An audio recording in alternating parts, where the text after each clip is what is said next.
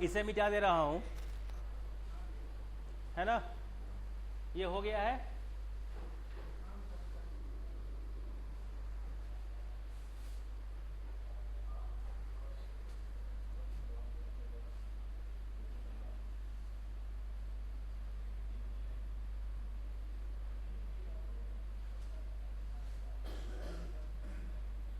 Indus valley को हम लोग देख रहे हैं और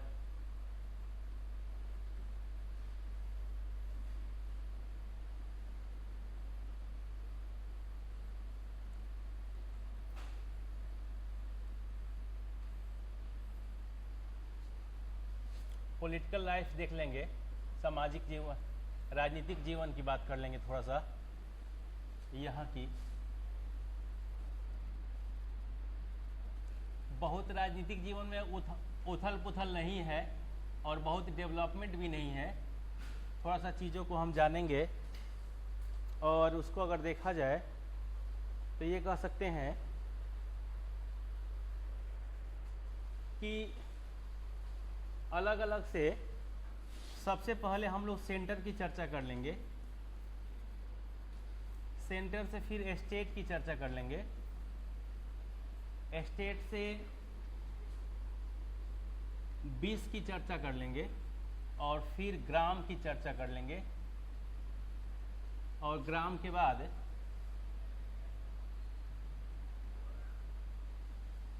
मोहल्ला की चर्चा कर लेंगे। एक ये पूरा सिस्टम है, सिस्टमेटिक कैसे डेवलप होते थे राजा होगा।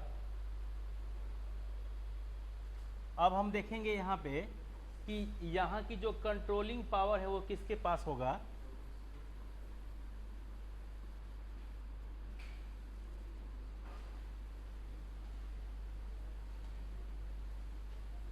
और कंट्रोलिंग पावर का जो सबसे मेन सेंटर है वो है केंद्र, यानी कि केंद्र के पास होगा कंट्रोलिंग पावर।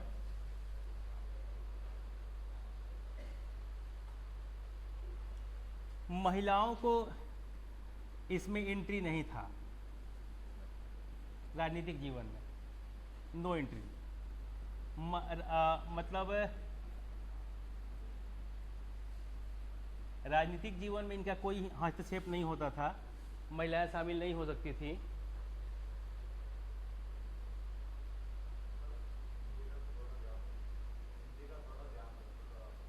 हिंदी का, हाँ तो हिंदी का ध्यान रख रहा हूँ मैं।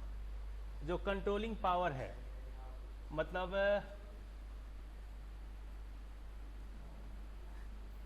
महिला,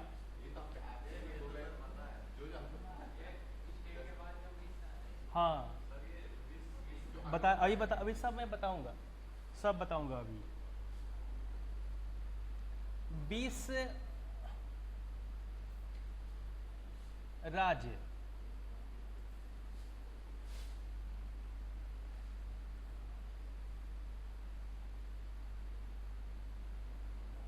मोहल्ला और सेंटर केंद्र।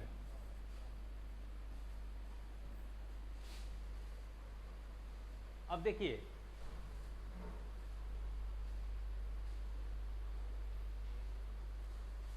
जो राजनीतिक जीवन है उसका अगर हम आधार की बात करें राजनीतिक जीवन का, तो इसके आधार में अगर हम बात करें कंट्रोलिंग पावर या प्रमुख है शक्ति जो है वह सेंटर के पास था, जैसे आज भी है। उसके नीचे राज्य होगा और राज्य के नीचे 20 होगा। 20 को हम लोग आज की डेट में डिस्ट्रिक्ट कह सकते हैं, जिला कह सकते हैं। और 20 का जो हेड होता था उसको हम विस्पति कहते थे,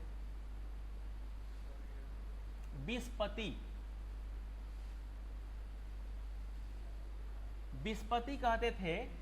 जो गांव का हेड होगा उसको हम लोग ग्रामणी कहते थे, और जो मोहल्ला का हेड होगा उसको हम लोग प्रमुख कहते थे।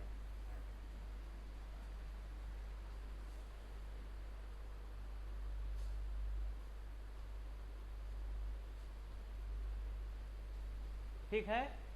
एक और टर्म्स हमें जानना है,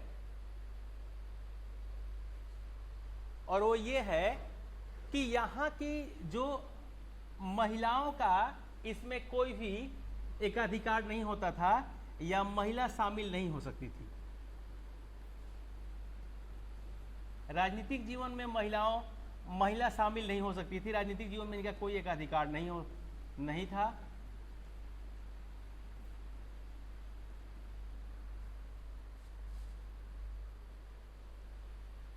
अभी तैयारी करते हैं तिवारी जी।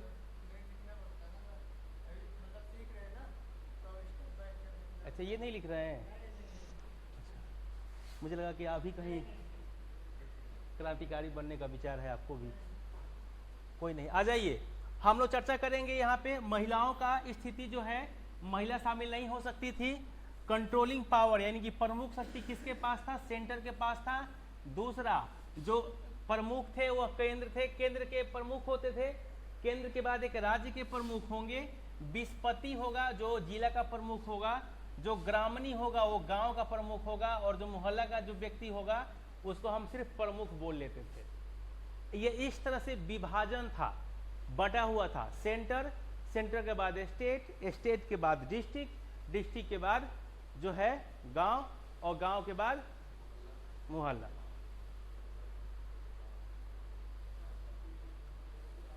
अच्छा, जो समाज था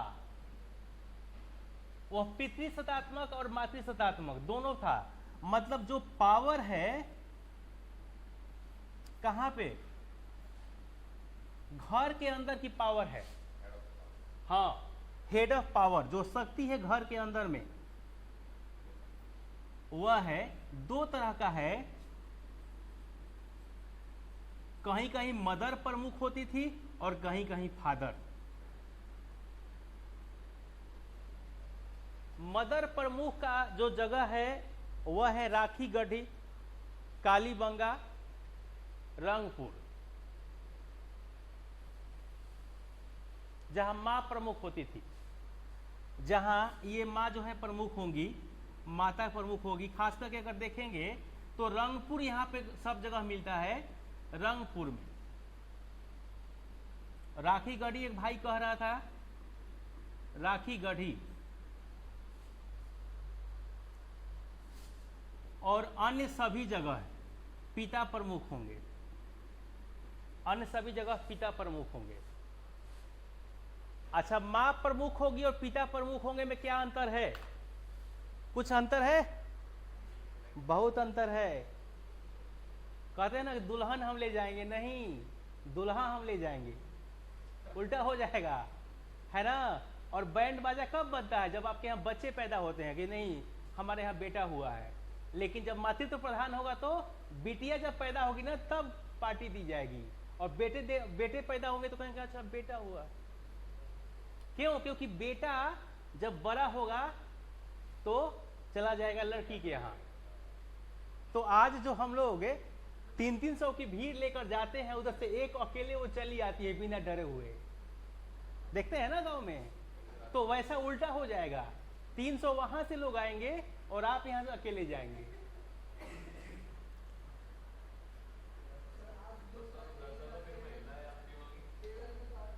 भाई आज भी पहाड़ी एरिया में, जो पहाड़ी एरिया है वहां पे है ऐसा समाज।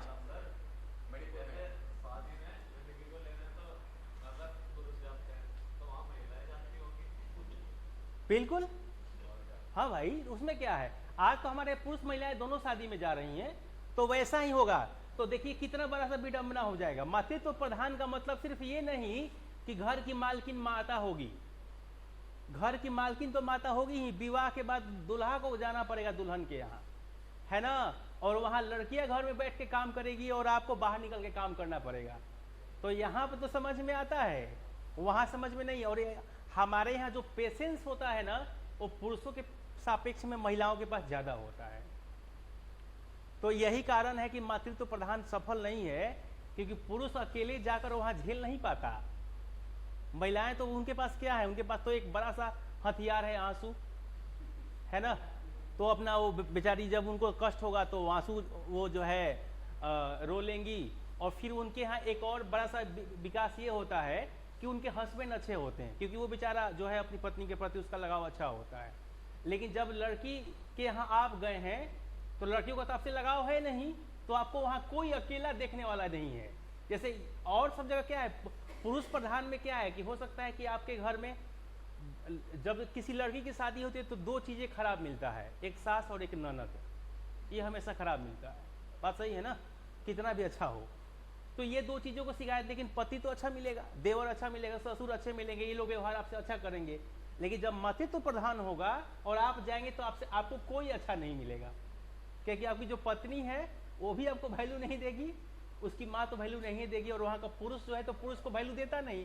पुरुष महिलाओं को वैल्यू देता है लेकिन पुरुष को नहीं, तो आप अकेला पड़ जाएंगे और अंततः आपको सुसाइड करना पड़ेगा। तो मातृत्व प्रधान जो समाज है वहाँ जीना बड़ा मुश्किल है, और यही कारण है कि भारत की बड़ी आबादी पुरुषवादी समाज से बिलोंग करता है ना। जो कुछ पहाड़ी एरिया है, जो अभी पिछड़े एरिया हैं, वहाँ के लोग हो सकता है मातृत्व प्रधान है, लेकिन माता का भी इसमें प्रमुख हिस्सेदारी होना चाहिए, ये अच्छी बात है। तो राजनीतिक जीवन में हम लोग यहीं तक करेंगे। राजनीतिक जीवन में यहाँ पे सेंटर प्रधान होता था, स्टेट होते थे, फिर विस्पति ग्राम होता था, कंट्रोलिंग पावर जो है वो सेंटर के पास होता था। यहाँ की महिलाएं जो है उनको राजनीति में कोई एकाधिकार नहीं, एंट्री नहीं था। इसके बाद जो पावर है घर के चारदीवारी में, वो पुरुषों को भी और महिलाओं का भी, दोनों तरह का पावर था।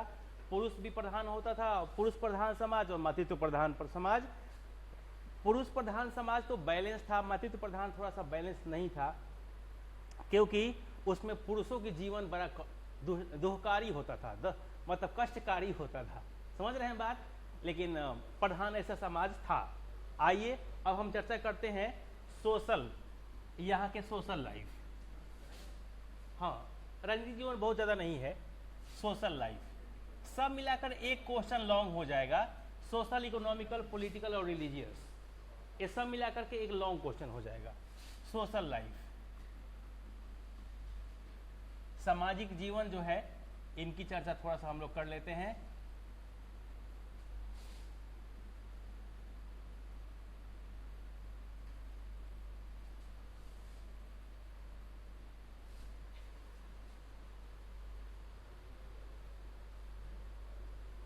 अब जो है सामाजिक जीवन में सबसे पहले हमें जो पूजा की पद्धति है, मातृदेवी,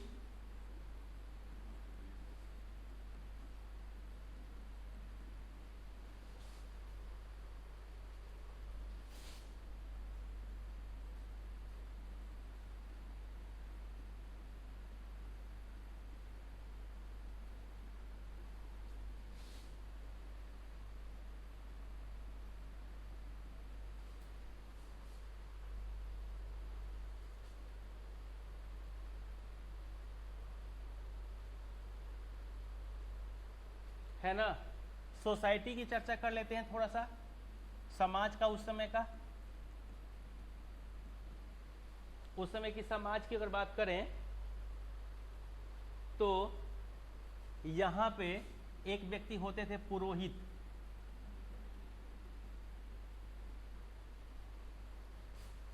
दूसरा बिजनेसमैन। जो यहाँ पे साक्ष्य मिला है उसकी चर्चा हम लोग कर लेते हैं। तीसरा वर्कर, यानी कि मजदूर, और चौथा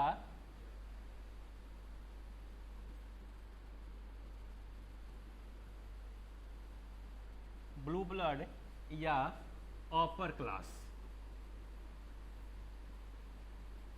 उसको हम लोग अपर क्लास कह लेंगे। पुरोहित तो जानते हैं ना, पुरोहित जो पूजा पाठ करा के जिनका घर का जीवन यापन चलता है। ये हो गए व्यापारी, ये हो गए श्रमिक। श्रमिक का मेन काम क्या था? और ये हो गए उच्च वर्ग, शाही व्यक्ति।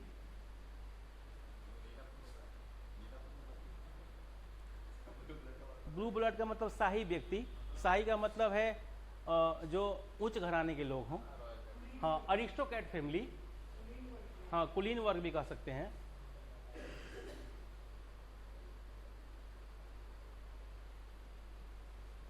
अच्छा, यहाँ के लोग कैसा जीवन पसंद करते थे?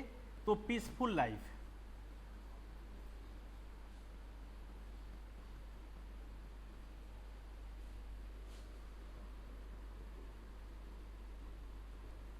यानी कि युद्ध प्रिय नहीं थे,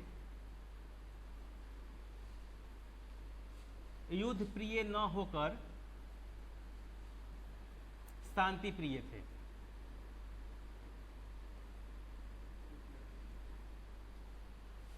शांति प्रिय थे।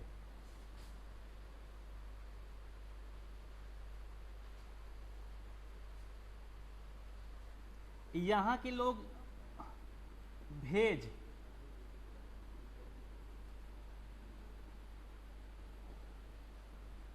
एंड नॉन वेज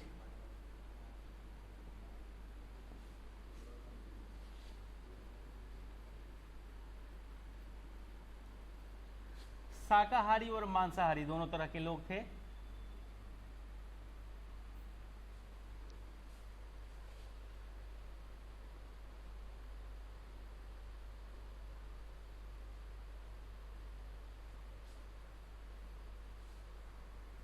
और यहाँ जो खाद्य सामग्री था वो है व्हीट, बार्ली,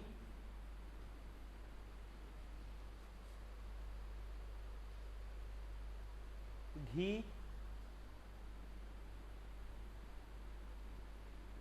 फिश,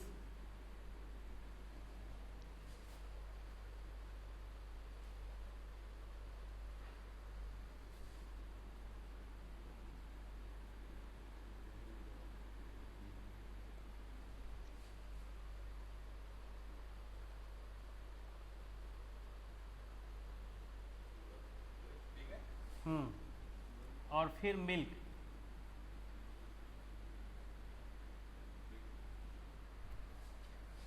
देखिए, ये गेहूं हो गया, ये जौ हो गया, एक घी तो आप जान ही रहे हैं। आज मछली कैसे बनाते हैं लोग, पूर्वोत्तर के लोग, बताइए।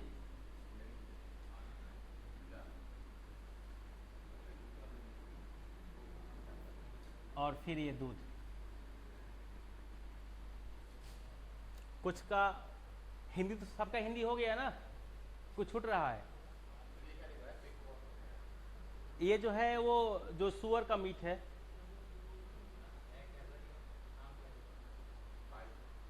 Pork, PORK, PIG, pig.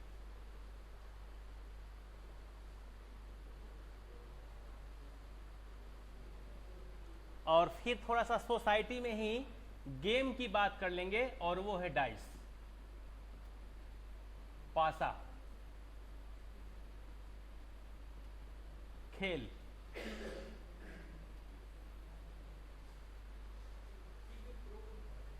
हाँ, पॉर्क है, PORK। उसको सीधे आप लिख लीजिए, जो है वो सुअर का जो मीट होता है। बड़ा ये तो पूरा पहाड़ी एरिया में चलता है ये खूब ही। वहाँ जो है वो अन्न भी खाते हैं सुअर, जो मतलब वो उनको वो क्या कहते हैं, जौ खिलाया जाता है, गेहूँ खिलाया जाता है। हाँ,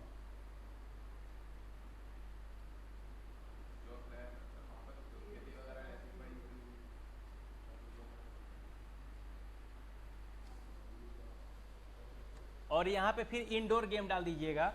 गेम में इंडोर गेम, ये आपका इनका सोशल लाइफ हो गया। थोड़ा सा और बाकी है, इतना लिख लेंगे। धोती समझते हैं आप लोग? धोती, धोती देखे हैं ना, जो गांव में पहनते हैं लोग, धोती, लंबा सा उजला कलर का। गांधी जी पहनते थे, हाँ बिल्कुल सही बात। मिठाई से सबका हो गया। अब थोड़ा सा आप देख लेते हैं कि कैसा वस्त्र पहनते थे, और थोड़ी सी महिलाओं का सजावट। वस्त्र में धोती होता था जिसको आधा पहन करके, और एक अंगिया वस्त्र था।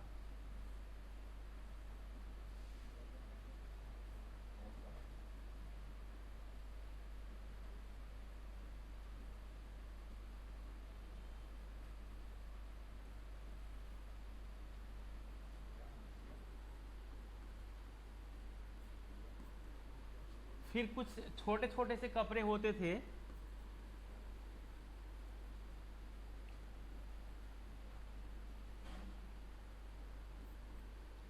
इसके बाद कुछ जो है कॉस्मेटिक्स में देख लेते हैं, श्रृंगार में। तो महिलाओं का जो है, जो बाल जो है उसमें सजावट की जो है उसको क्या बोलते थे, उजला कलर का गजरा उसको बोलते हैं। अंग्रेजी में क्या बोलेंगे गजरा को, बताइए। आप लोग दुकान पे जाती हुई तो बोलती हो ना गजरा चाहिए, तो गजला ही बोल दे। तो ये जो है ये बाल में लगाने वाले जो है वो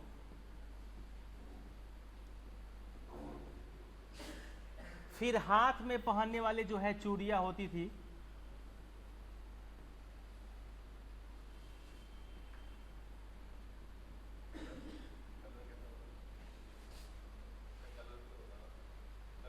कलर, चूड़ी का कलर ब्लैक छोड़ के कोई भी पहन लीजिए।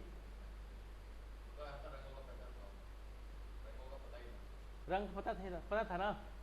चलिए, इसके बाद जो है नृत्य संगीत का भी साक्ष्य मिला है। तो इसके लिए घुंघरू, घुंघरू को हम लोग क्या लिखेंगे भाई?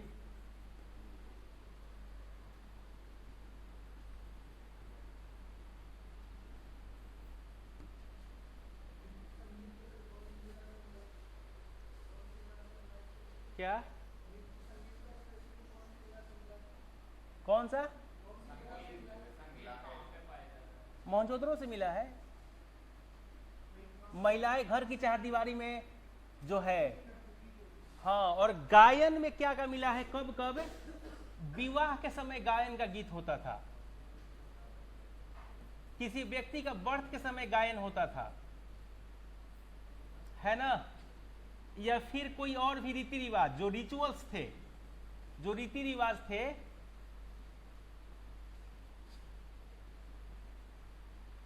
रीति रिवाज, यहां पे भी गायन मिला है।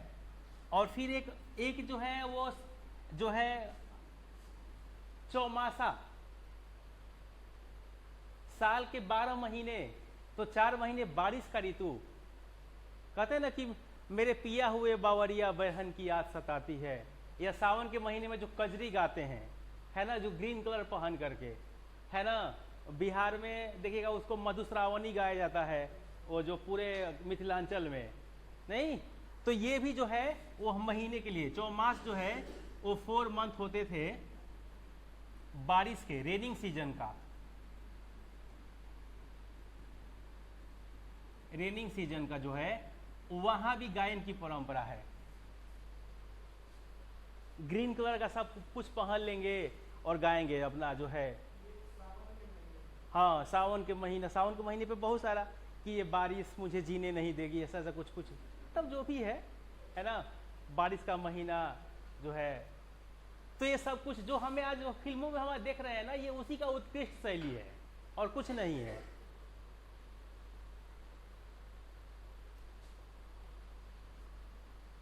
वर्षा बीती सी शरद ऋतु आई, है ना। तो बारिश के मौसम का जो दौर था, देखिएगा आप जो है वो भी गौतम बुद्ध और महावीर भी 4 महीने एक जगह बैठ करके और प्रवचन करते थे। बारिश के मौसम में कहीं घूमते नहीं थे, उसको चौमासा बोलते हैं। तो ये 4 महीने गायन के होते थे। जब महिलाएं बारिश होगी कहीं निकल नहीं पाएंगी, तो वही जो है घर की चारदीवारी में सोहर के टाइप का गीत, जो पुरुषों को आनंद। और फिर विवाह के समय गाड़ी, मतलब वो जो चीजें हैं बढ़ा चढ़ा के कहना कि मतलब मैं श्रेष्ठ हूं और आप कमजोर हैं, ऐसा होता है ना। आप लोग कभी रामायण नहीं देखे क्या? रामायण में जब राम का विवाह होगा तो गाली सुनिएगा वहां पे, हैं। तो शुरुआत वहीं से होती है भाई। राम जब जाते हैं ना, तो वहां की जो महिलाएं हैं, मिथिला की महिलाएं, वो अपने दामाद को पूजती हैं, लेकिन दामाद के बड़े भाई को, सॉरी, दामाद के घर के और लोगों को वह नीचा दिखाती हैं और कहती हैं कि हमारे घर की जो सुलक्षणी है, जो आपके घर में जाएगी तो ये जो है बड़ा सा एक अलग आडंबर होगा, एक अलग सी सोच होगी, है ना। तो ये विवाह की परंपरा में और उस गीत को लोग बुरा नहीं मानते। ऐसे किसी को गाली दे दीजिए तो बुरा मान जाएंगे, लेकिन उस समय लोग हंसते रहते हैं। और ऊपर से देखिएगा कि राम के जो पिता हैं दशरथ, उस गीत गाने वाली को पैसा भी देते हैं, उसको गिफ्ट भी देते हैं कि आपने हमें ये गीत सुनाया, जो है हाँ गाली दिया तो उसका पैसा भी देना होता है, ये रस्म है। तो ये सब कुछ यहीं से मिलेगा, है ना। आ जाइए।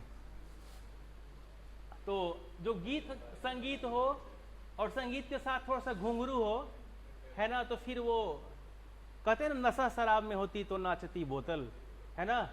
तो नशा उसमें होता नहीं है, मतलब जी पैग बनाने वाला कौन है, नशा उसी पर डिपेंड करता है। नहीं, खुद ही पीजिए और खुद ही बनाइए तो नशा नहीं होगा। लेकिन जब घुंघरू की आवाज आए और पायल की आवाज खन खन करे और तब आपके जो है ग्लास में नशा आ रहा हो, तो फिर वो अलग नशा होगा। चलिए अब ज़्यादा हम आगे नहीं जाएंगे, फिर वो श्रृंगार रस हो जाएगा, है ना। श्रृंगार रस चल नहीं रहा है। आ जाइए। सामाजिक जीवन पे इतने सारे टर्म्स थे, इसको आप कर लेंगे। थोड़ा सा इकोनॉमिकल लाइफ देख लेते हैं और फिर रिलीजियस लाइफ जल्दी से।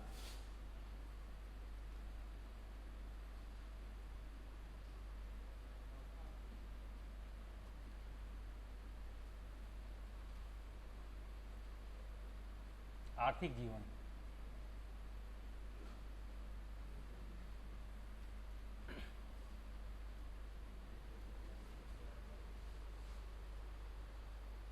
आर्थिक जीवन का जो मेन था वो था एग्रीकल्चर।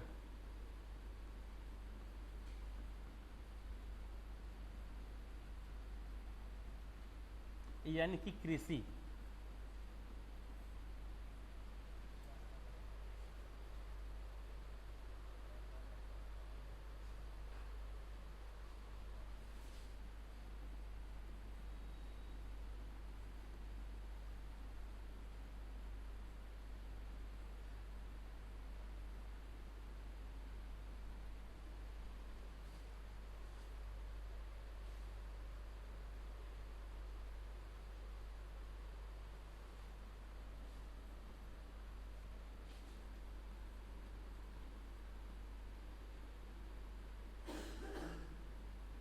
कृषि,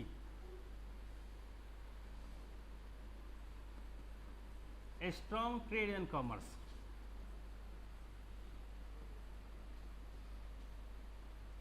ट्रेड एंड कॉमर्स,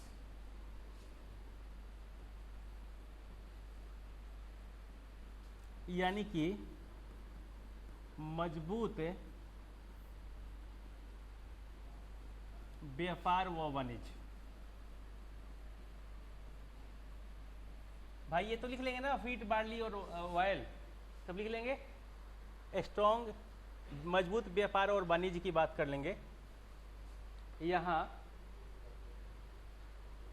और ट्रेड एंड कॉमर्स भी इंटरनेशनल की अगर बात कर लेंगे हम थोड़ा सा, तो मिस्र और मेसोपोटामिया की चर्चा कर लेंगे।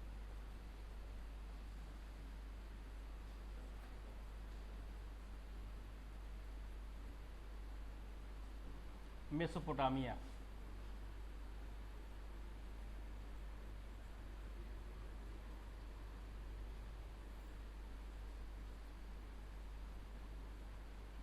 मिस्र,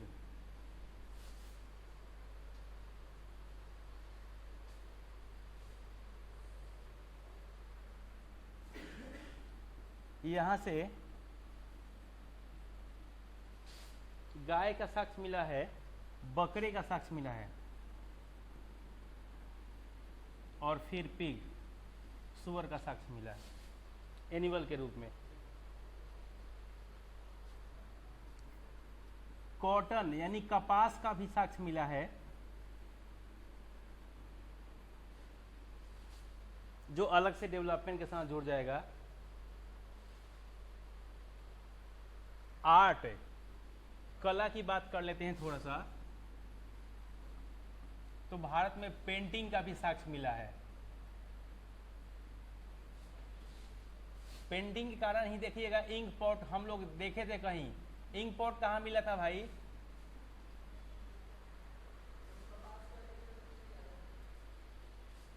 कपास के आगे, हाँ हाँ एग्रीकल्चर में आ जाएगा, मिला था ना। तो इंक पॉट तो पेंटिंग होगा, वो पेंटिंग बिकेगा, महंगे पेंटिंग बिक सकते हैं। इंक पॉट जो है वो पेंटिंग के रूप में उपयोग करने की बात यहाँ पे साक्ष्य मिलता है।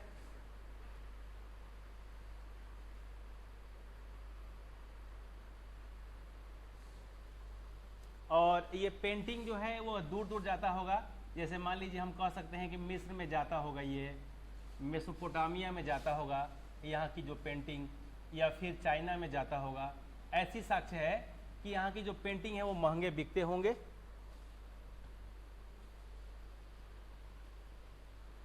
अब आप यहाँ महसूस कर रहे होंगे कि आर्थिक जीवन का मुख्य आधार दो है, एग्रीकल्चर और एनिमल हस्बेंड्री, यानी कि कृषि और पशुपालन, और कोई आधार नहीं। ठीक है, कृषि और पशुपालन दोनों को हम लोग देख लिए। कृषि और पशुपालन किस पे डिपेंड है? पानी पे, और पानी के लिए नदी पे डिपेंड है। नहीं, बरसात के मौसम की पानी का कोई भरोसा नहीं है, कब आएगा कब चला जाएगा, वह पानी जिसका कोई भरोसा नहीं है। अश्व का साक्ष्य मिलेगा अभी वैदिक युग में, अभी नहीं। हाँ, हड्डी का साक्ष्य मिला है, लेकिन वह सुरकोटदा को ही हम लोग इंडस वैली के प्रमुख साइट्स नहीं मानते।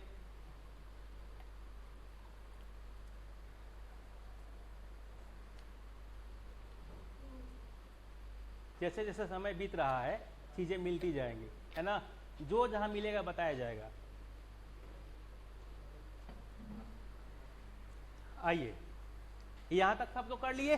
किसी को कोई किसी शब्द पे लिखने में दिक्कत हो रहा हो तो बताइए, कोई शब्द जिसका हिंदी अंग्रेजी इशूज आ रहे हो भाई, बता देना यार।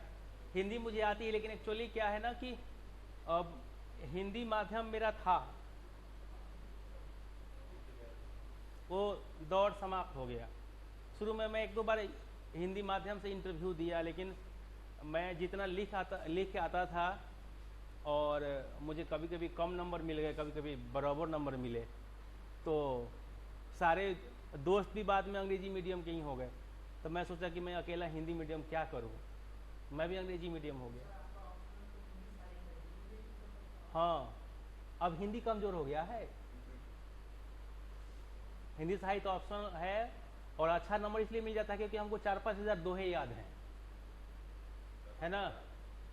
रटा करता था बचपन में, एक जुनून था कि नहीं आईएएस बन ही जाना है, रात रात भर दोहा रटूंगा। क्योंकि लोग कहते थे कि आप उस फैमिली से नहीं हैं जिस फैमिली में आईएएस अधिकारी हो, तो आप फिर हिंदी साहित्य रख लिए, बहुत टफ विषय है। तो मैं फैमिली से कुछ होता नहीं है, रट जाता हूँ सब। यूपीएससी यही है ना, जो समझ में आ रहा है वो समझिए, जो नहीं समझ में आ रहा है रट जाइए, हो गया, बरोबर हो जाएगा माहौल। हार नहीं मानना है ना। वो कहता है ना दशरथ मांझी कि जब तक तोड़ेंगे नहीं तब तक छोड़ेंगे नहीं, बात खत्म हो गई। दशरथ मांझी जो है, आप लोग नाम सुना होगा आप लोगों ने। चलिए रिलीजियस लाइफ देखते हैं। रिलीजियस लाइफ,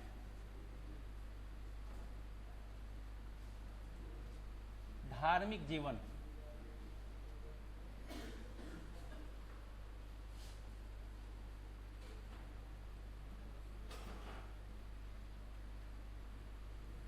धार्मिक जीवन।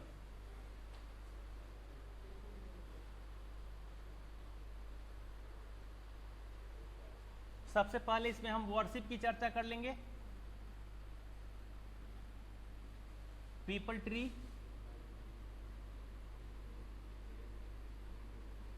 ऑक्स,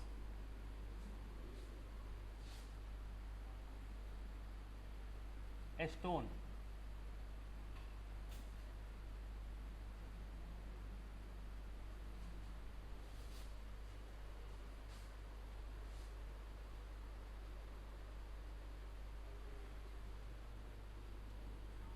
फिर मातृ देवी,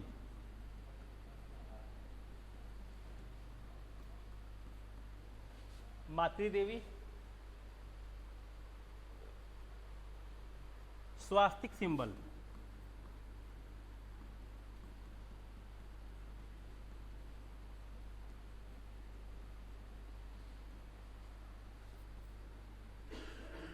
स्वास्तिक सिंबल के बाद फायर अल्टर्स,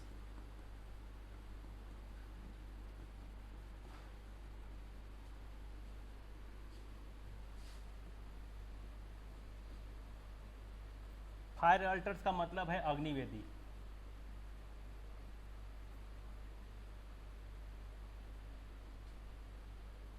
मातृ देवी,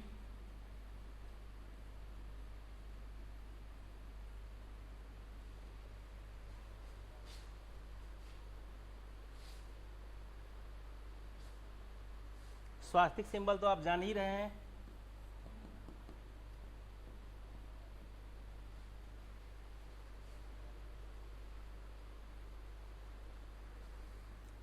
अच्छा, दो जीवित देवताओं का भी बात की गई है भाई। जो गॉड हैं वो देवता के रूप में एक तो रिवर की पूजा, एक सन सूर्य का पूजा, सूर्य की उपासना और नदी का पूजा।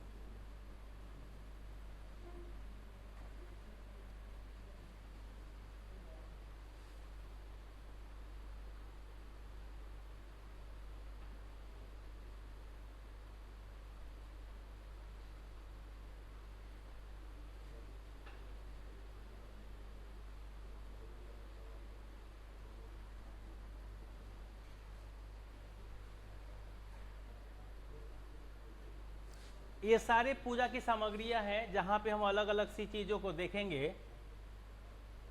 अब सोशल, इकोनॉमिकल, पॉलिटिकल और रिलीजियस चारों को अगर एक साथ मिला लिया जाए तो 200 वर्ड का क्वेश्चन पूछा गया है। आप लोग लिख लेंगे क्या? अब इस पे हो जाएगा, हो जाएगा ना? तो सिंधु घाटी सभ्यता का सामाजिक, आर्थिक, राजनैतिक और धार्मिक जीवन का वर्णन करें। लिख लेंगे? तो कल आप लोग 2 क्वेश्चन हमें लिख के दिखाइए। पहला क्वेश्चन क्या था? नगरीय सभ्यता। दूसरा सिंधु घाटी सभ्यता का सामाजिक, आर्थिक, राजनैतिक और धार्मिक जीवन।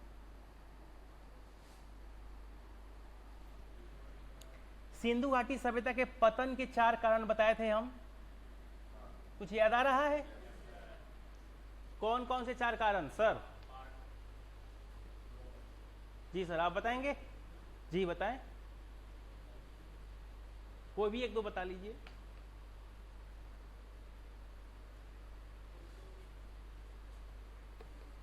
सॉरी भी बोल लीजिए, वो भी अच्छा टर्म है। हाँ जी, आधी आबादी का सच। हाँ बताइए आप लोग।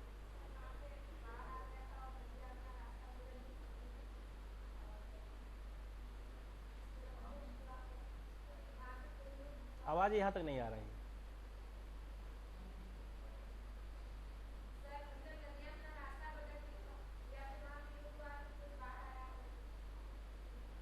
अच्छा सर, आप बताएंगे? कोई एक कारण बताइए।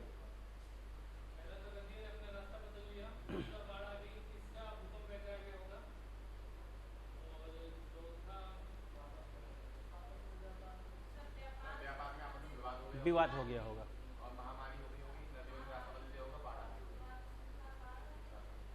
बस 2 कारण बता दीजिए आप। बैठ के बताइए, कोई दिक्कत नहीं, बैठ के बताइए। महामारी आ गई होगी? कहाँ से आ गई होगी? अच्छा, ठीक ठीक, हाँ जी, बहुत बढ़िया। आप बताइए, जो लाल पहने हुए हैं वो कहेंगे कि भाई हमको ध्यान नहीं दिया जा रहा है, हमसे नहीं क्वेश्चन पूछा जा रहा है। बताइए आप। हाँ हाँ, जो लाल पहनी हुई हैं जी। हाँ हाँ, बताइए कोई कारण, 4 में से 2 कारण।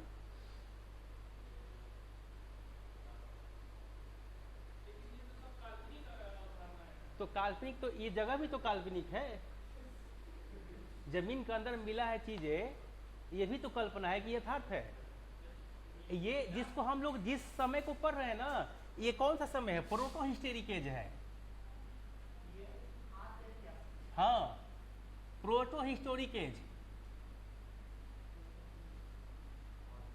ये क्या है? आदि ऐतिहासिक का मतलब है कि हमारे पास साक्ष्य लिखित है लेकिन हम पढ़ नहीं पाए हैं, तो हम तो अनुमान ही लगाए हैं। अनुमान लगाए हैं तो अनुमान से ही चल रहा है ना काम। प्रामाणिकता सिद्ध किए हैं ना, लेकिन जैसे मान लीजिए कि जहां पे अधिक सामग्री मिली तो हमने कह दिया कि ये बहुत अच्छा जगह होगा, ये डेवलप जगह होगा, लेकिन हो सकता है कि कोई और कारण हो, खाद्यान्न का स्थान हो सकता है कि वह जो है सेंटर हो सकता है कि वो मुख्यालय हो। तो हम तो अनुमान ही लगाए हैं ना। हम क्या अनुमान लगाए हैं कि एक महिला जो है वो पूरा लिबास यहाँ तक पहनी हुई है ना, यहाँ तक घुंघरू है, और सिर्फ हमने उसके हाथों की हथेलियां देखा है, और हम रास्ते में कहते फिर रहे हैं कि हमने तो बहुत सुंदर लड़की देख लिया भाई। तो हो सकता है कि हाथ पे पेंटिंग किया गया हो, तब तो मामला खराब हो जाएगा ना। हाँ, तो यही कारण है कि प्रोटो हिस्टोरिक एज का जो दौर है, आदि ऐतिहासिक का, जहां पे हमारे पास चीजें मौजूद है लेकिन हम पढ़ नहीं पाए हैं। तो पढ़ नहीं पाए हैं तो जो साक्ष्य जमीन के अंदर से मिला है उससे हमारे विद्वानों ने अनुमान लगाया है। तो अनुमान होता है ना। हो सकता है कि अनुमान गलत हो सकता है कि अनुमान सही हो। तो जब अनुमान पे ही सब चल रहा है तो फिर हम कैसे कह सकते हैं? नहीं, क्लियर है ना। तो ये भी एक अनुमान लगाया गया कि इसका पतन इस तरह से हुआ होगा। आ जाइए, यहां तक क्लियर है। चलिए, अब यहां से ज्यादा क्वेश्चन आपका नहीं आएगा।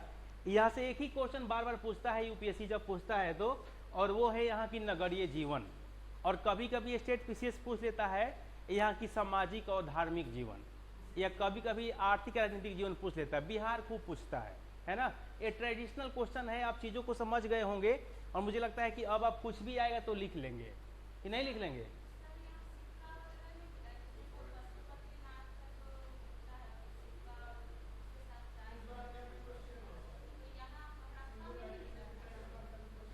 हमेशा क्वेश्चन पशुपतिनाथ का अलग से चर्चा हम करेंगे, लेकिन हम लोग जब धार्मिक जीवन पढ़ेंगे तब, जब वैष्णव और शैव की चर्चा होगी ना, तो वहां आप जा रही हैं। जो आप बता रही हैं वो 600 से 400 बीसी है, और हम अभी क्या पढ़ रहे हैं? हम अभी पढ़ रहे हैं 2350 से 1750। तो अभी नहीं बताएंगे ना, ठीक है, थोड़ा सा वेट कीजिए, कल या परसों शुरू हो जाएगा शैव। हम जैसे रिलीजियस मूवमेंट पढ़ाएंगे हम लोग ना, तो फिर पहले गौतम बुद्ध, महावीर, और फिर वैष्णव और शैव, उसकी चर्चा करेंगे हम, ठीक है।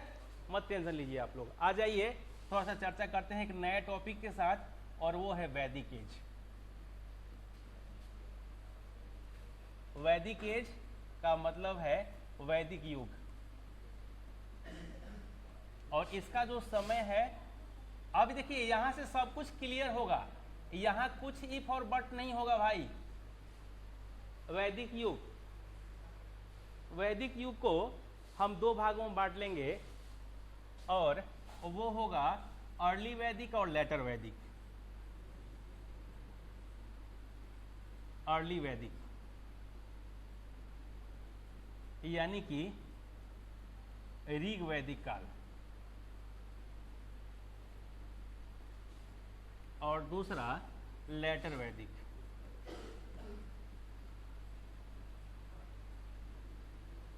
उत्तर वैदिक।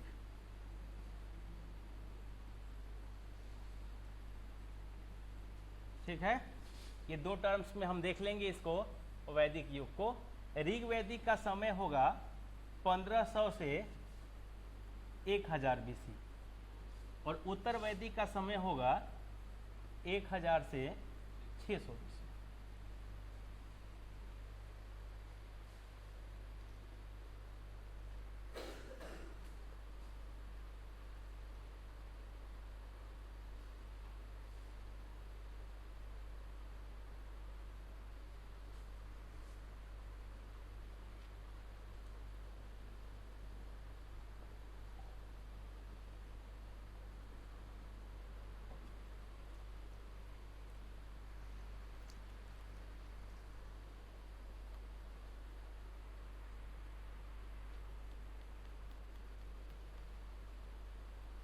आइए देखते हैं आगे।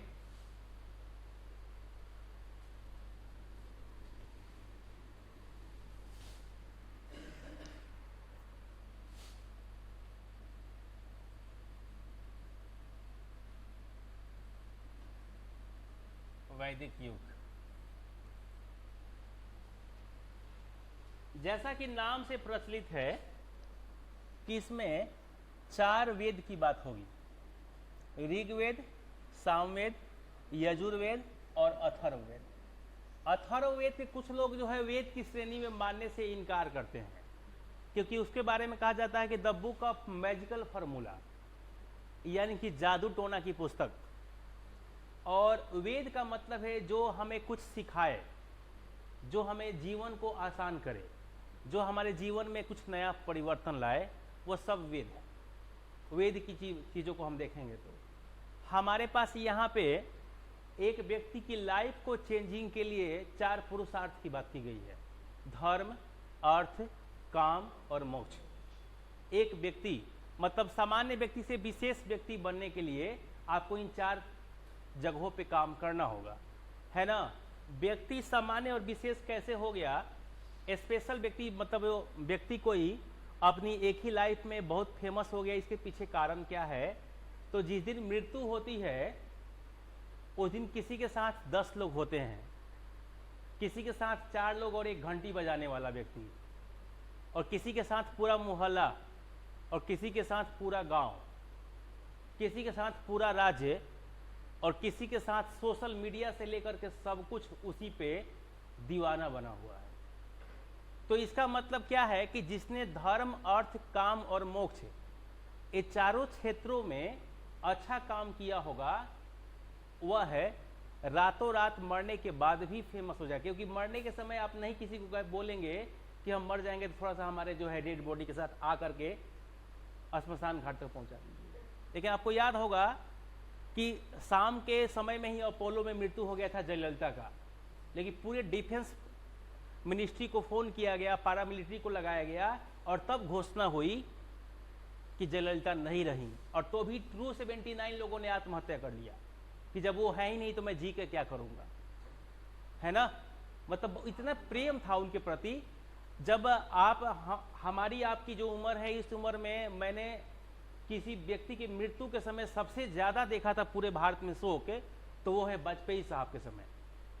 अगर आप फेसबुक खोलेंगे तो हर व्यक्ति के फेसबुक पे एक ही फोटो था, वाजपेयी को श्रद्धांजलि। याद होगा आप लोग को, क्योंकि 16 अगस्त का डेट था वो, और उसके एक दिन बाद हम लोग का बीपीएससी 56-64 का रिजल्ट आया था, है ना। तो मुझे याद है आज भी वो दिन कि पूरे मतलब मार्क जुकरबर्ग को कहना पड़ा कि ये बहुत फेमस पर्सनालिटी की मृत्यु हो गई है, क्योंकि मैंने एक बार में इतना पोस्ट एक ही व्यक्ति के लिए आज तक नहीं देखा जब से फेसबुक का जन्म हुआ है। तो ये क्या है? ये धर्म, अर्थ, काम और मोक्ष की पुरुषार्थ ही है। व्यक्ति के लाइफ को 100 वर्ष माना गया है, जो जबालून उपनिषद में कहा गया कि एक व्यक्ति को 100 वर्ष जीना, मतलब पहले के लोग थे उसको 4 भागों में बांटा गया, 0 से 25, 25 से 50, 50 से 75 और 75 से 100। 0 से 25 को ब्रह्मचर्य आश्रम, जिसको शेक्सपियर कहता है कि student life is a golden life. क्यों कहता है भाई? क्योंकि इस लाइफ में आप चाहेंगे तो कुछ भी कर सकते हैं। आप गरीबी में पैदा हुए हैं, लेकिन गरीबी में मरना अपराध है और इसका दोषी आप ही हैं। बिल गेट्स भी इस बात को कहता है। तो ये जो स्टेटमेंट जो बिल गेट्स कहता है, ये कब फॉलो होगा? ब्रह्मचर्य आश्रम में ही, जब आप विद्यार्थी हैं। तो 0 से 25 के बीच में आप ब्रह्मचर्य आश्रम में हैं, जब आप शिक्षा दीक्षा प्राप्त करेंगे, और इस समय चाहेंगे तो आप कितनी भी ऊंचाई पर जा सकते हैं। अपने घर की जो आर्थिक दशा है, सामाजिक दशा है, जो रहन सहन है, सब परिवर्तन कर देंगे अगर आपके अंदर आग होगी तो। लेकिन पता लगा कि आग मेरे सीने में न सही तेरे सीने में ही, लेकिन आग जलनी चाहिए, इस हिमालय से कोई गंगा निकलनी चाहिए। तो न हिमालय से गंगा निकल रही है, न सीने में आग जल रहा है। तो फिर तो वही ढाक के 3 बात कि लाइक फादर लाइक सन वाली बात हो जाएगी, जैसा बाप वैसा बेटा, नहीं। तो यहाँ इस बात की पुरुषार्थ की बात की गई है कि 0 से 25 पुरुषार्थ हमारा ब्रह्मचर्य आश्रम, 25 से 50 गृहस्थ आश्रम। ये सबसे चैलेंजिंग आश्रम होता है, क्योंकि इसमें जिस जगह पे पिता है वहां पे आपको जाना होता है। आपको 2 परिवार को संभालना होता है, एक जिस परिवार में आप जन्म लिए हैं और एक जिस परिवार में आप विवाहित हुए हैं। तो दोनों परिवार के रस्म, रीति रिवाज जो है, इसके बाद सारे जो बच्चे पैदा होंगे उनको पढ़ाना लिखाना, तो सारे जो स्ट्रगल वाली लाइफ है वो गृहस्थ आश्रम है।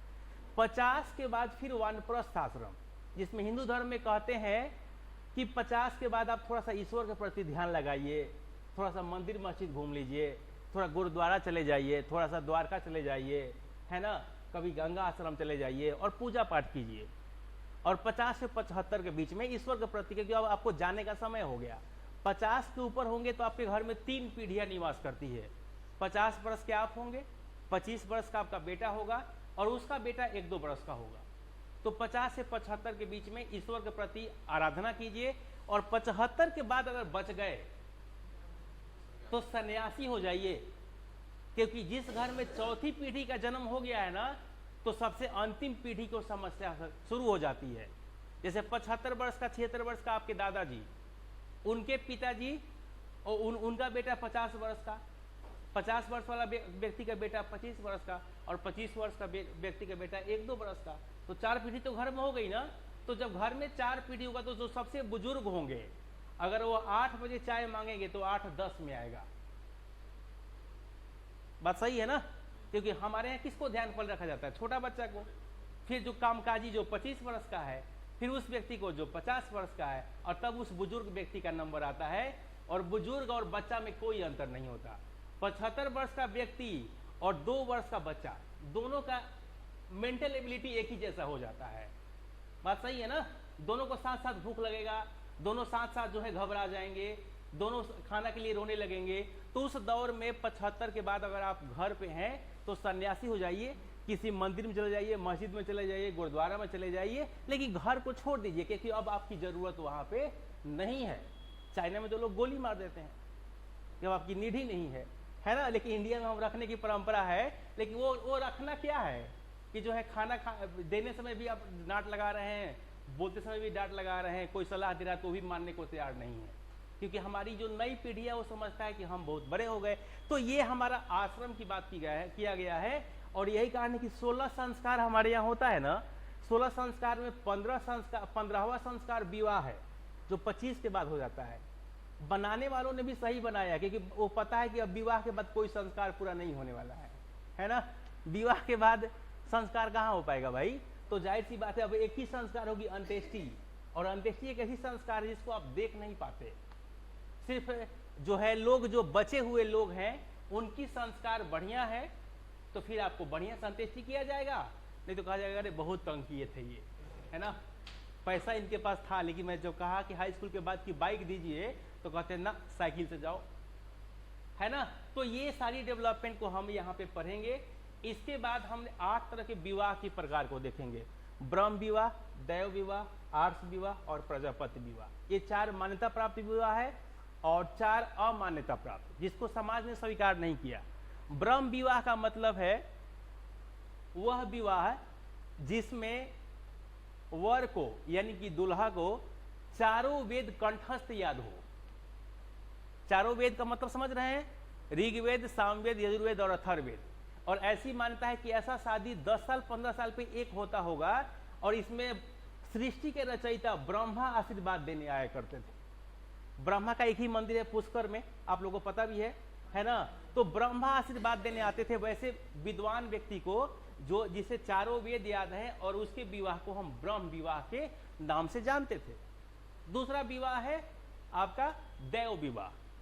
जिस घर में ईश्वर की पूजा पाठ करके, आराधना करके, यज्ञ पुराण करके जो ब्राह्मण अपना घर चलाता हो, उसके पुत्र और पुत्री की शादी में हमारे यहाँ देवताओं के राजा इंद्र आते थे। और इंद्र का आने का मतलब है कि उस विवाह में बारिश संपन्न हो। आपकी विवाह में बारिश हो तो समझिए कि इंद्र भगवान का आशीर्वाद मिल रहा है। तो ये विवाह दैव विवाह कहा गया, है ना? उल्टा माना जाता था। अच्छा चलिए कोई नहीं, गांव देहात की बात छोड़ दीजिए। तो हमने यहाँ क्या देखा कि इंद्र भगवान आशीर्वाद देने आए। तीसरा विवाह आर्ष विवाह है, जो वैश्य समाज में होता था। जहां वैश्य समाज का मतलब क्या? व्यापारी, कृषक। तो जो कृषक और व्यापारी एक गाय और एक बैल दान लेकर के विवाह करते थे बेटा बेटी की। लड़की पक्ष जो है दहेज नहीं, उसको डौरी नहीं बोलेंगे। एक गाय और बैल, गाय किस लिए? दूध के लिए, और बैल किस लिए? खेती करने के लिए। तो कृषक समाज या व्यापारी समाज आर्ष विवाह में एक गाय और बैल को दान दे करके और विवाह कराते थे। वह विवाह हो गया आर्ष विवाह। ये विवाह भी एक्सेप्टेड था। और अंतिम विवाह था प्रजापत्य विवाह जो एक्सेप्टेड है।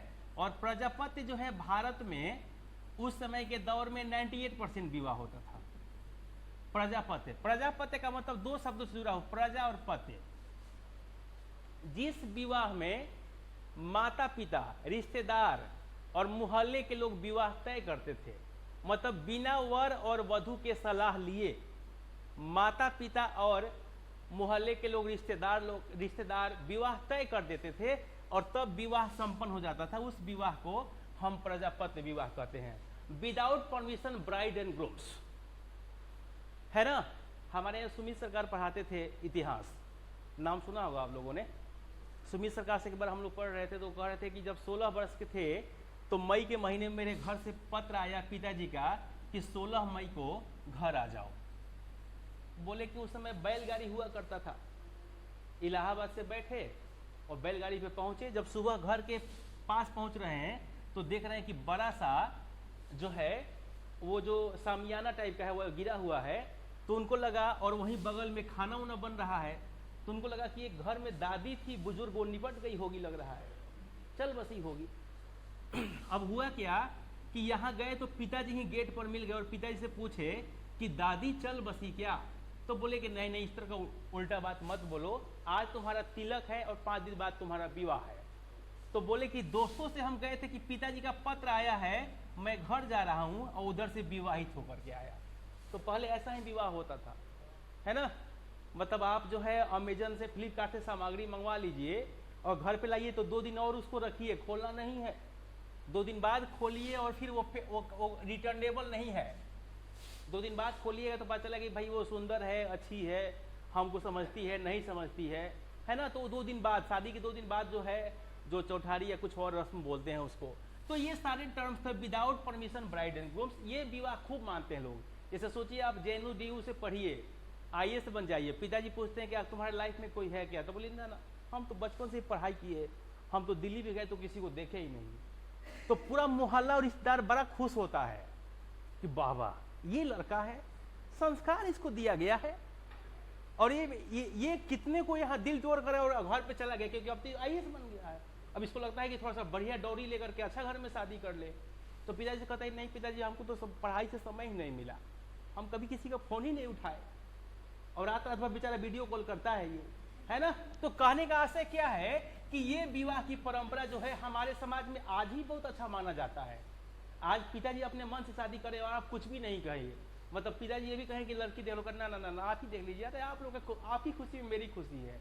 तो वो दिल से खुश होते हैं कि लड़का रियल में अच्छा हो गया भाई। लेकिन बच्चा को पश्चिमी सभ्यता वाले IIT दिल्ली और JNU में भेजोगे तो बच्चा ऐसा क्यों सोचेगा भाई, नहीं सोचेगा ना ऐसा।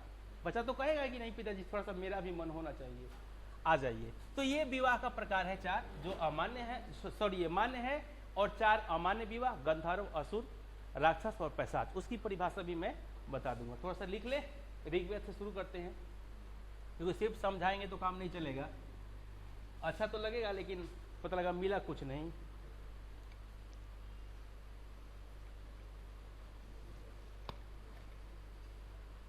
एक चाय मंगवा देंगे क्या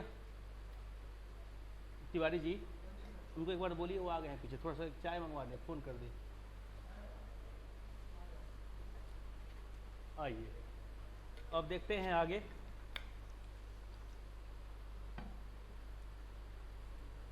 विषय को बहुत ही आसानी से समझिएगा तो सिलेक्शन आसान हो जाएगा। विषय को बर्डन मान के पढ़ेंगे तो सिलेक्शन बहुत टफ रहेगा। आ जाइए, सबसे पहले चर्चा कर लेते हैं हम लोग ऋग्वेद की।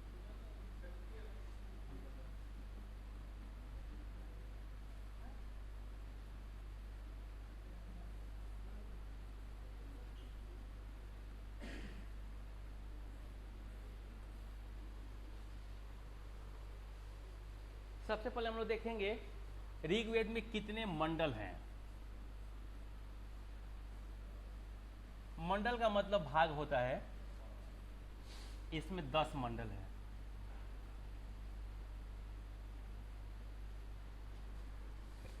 दूसरा, ऋग्वेद के ब्राह्मण कौन है।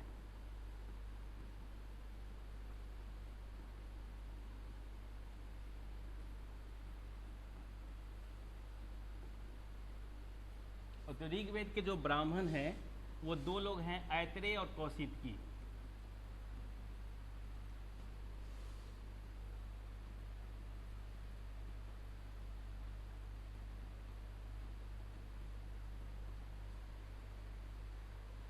ऐतरेय और कौशिकी।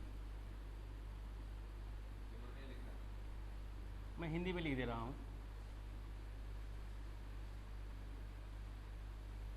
कौशिकी, हाँ ये ब्राह्मण है, इसके ब्राह्मण।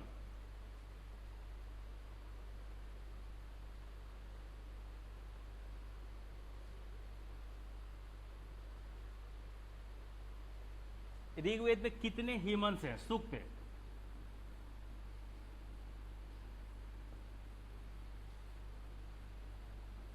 देखिए कहीं कहीं 1024 मिलेगा, कहीं कहीं 1028 मिलेगा। तो 4 मंत्र बाद में जोड़ा गया है। 1024 शुरुआती में था, बाद में 1028 हो गया, 1028।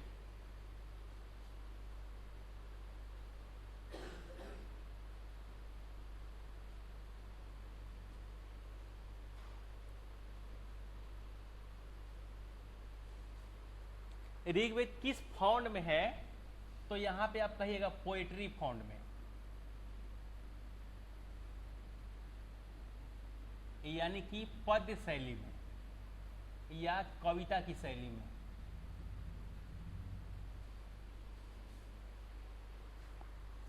हेमंस का मतलब समझते हैं आप लोग सूक्त का? जैसे हम शब्द कहते हैं ना कि या देवी सर्वभूतेषु ज्ञान रूपेण संस्थिता नमस्तस्यै नमस्तस्यै नमस्तस्यै नमो नमः, तो ये एक सूक्त हो गया, ठीक है ना? तो ऐसे कितने होंगे? 1028। क्लियर है? अच्छा, आपसे क्वेश्चन पूछा जाए कि ऋग्वेद किस फॉन्ट में है? पोएट्री फॉन्ट, प्रोज फॉन्ट, किस फॉन्ट में है? गायन की शैली में। तो गायन की शैली कौन होता है? कविता की कहानी, कविता है ना। और इसको हम लोग हिंदी में कहते हैं मुक्तक। मुक्तक सुना है आप लोगों ने नाम? प्रबंध और मुक्तक। प्रबंध वो जिसमें विचारों की शैली हो, तर्क वितर्क हो, और जो गायन की शैली में है, हाँ, वो मुक्तक हो जाएगा। जैसे देखिएगा अवधी भाषा और ब्रज भाषा, तो ब्रज भाषा की जितने रचना है वो सब मुक्तक के अंश हो जाएंगे। मैया मोरी मैं नहीं माखन खायो, द्वार बाल सब बैर पड़े हैं, जबरन मुख लपटायो, है ना। लेकिन जब अवधी भाषा की बात करेंगे तो वहाँ मुक्तक भी होगा और प्रबंध भी होगा, लेकिन वहाँ प्रबंध बहुत मजबूती से होगा। ब्रज भाषा की जो व्याकरण है वो थोड़ा सा कमजोर है, इस कारण से वहाँ पे सिर्फ कविता की शैली होगी, है ना। और यही कारण है कि सूरदास जो है वह कविता लिखते हैं तो ब्रज में ही लिखते हैं, ये गायन की शैली है वो। तो यहाँ हम लोग क्या, ये तो संस्कृत में है। अब देखिए हमने क्या देखा भाई कि पूछा जाए कि ऋग्वेद में कितने भाग हैं, कितने मंडल हैं, मंडल बोल लीजिएगा, भाग मत बोलिएगा। तो 10 मंडल है। ऋग्वेद के ब्राह्मण कौन है? तो ऐतरेय और कौशिकी हैं। ऋग्वेद में कितने सूक्त हैं? तो 1028 है ना। अब ऋग्वेद की पुस्तक किस शैली में लिखी गई है? तो गायन की शैली में। और गायन की शैली का मतलब क्या है? पोएट्री फॉर्म में, यानी कि पद्य शैली में या कविता की शैली में। अब ऋग्वेद का सब्जेक्ट क्या है?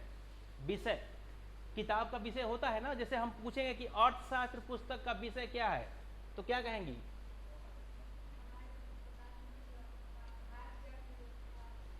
भारत की अर्थव्यवस्था। हम तो डूबेंगे सनम, तुम्हें भी ले डूबेंगे वाला वाला है भाई। अर्थशास्त्र कौटिल्य वाली राजनीति की पुस्तक, बिल्कुल ठीक है। हाँ, तो ध्यान रखिएगा पुस्तक का सब्जेक्ट, और सब्जेक्ट को हम लोग यहाँ पे कहेंगे कि the first testament of Mankind.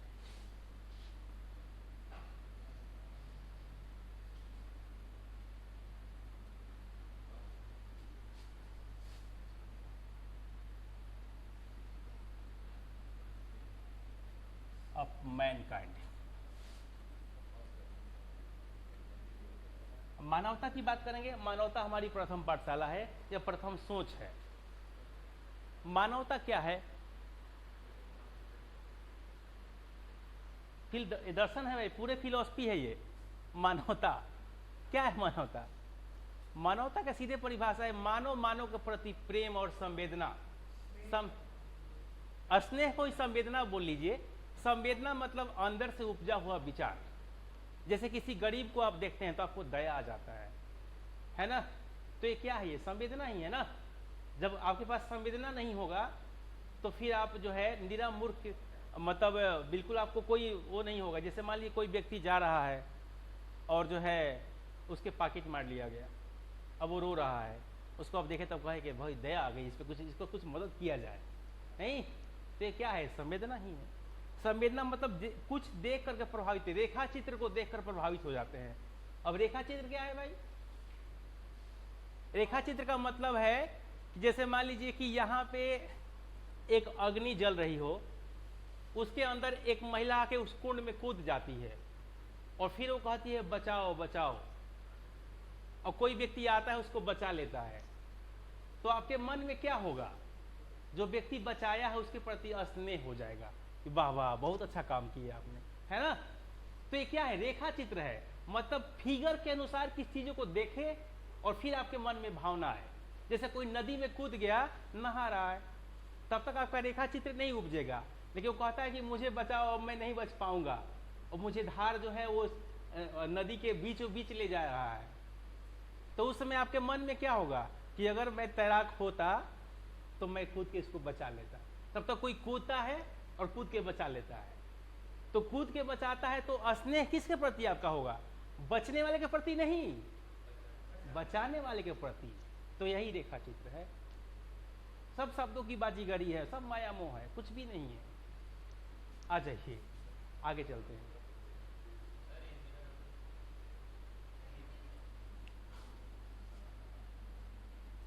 मानवता की प्राथमिकता।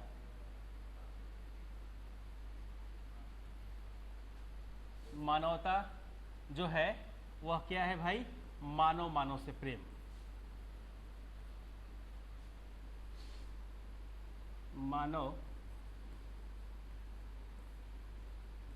मानव से प्रेम व संवेदना। अब देखिए, संवेदना किसी और को पता हो या ना हो, लेकिन आप लोग को पता हो गया होगा। अब नहीं पता होगा तो भाई फिर दिक्कत है।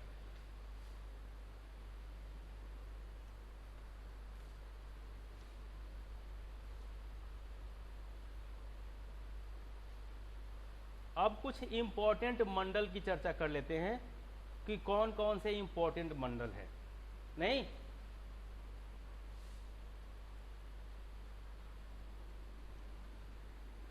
बिठा दे। चलिए, सबसे पहले हम लोग चर्चा करेंगे थर्ड मंडल।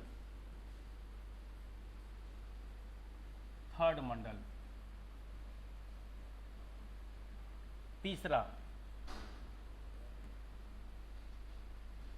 मंडल। तीसरा मंडल इसलिए चर्चा करेंगे क्योंकि यहां पे गायत्री मंत्र की बात की गई है। गायत्री मंत्र। गायत्री मंत्र किसके लिए?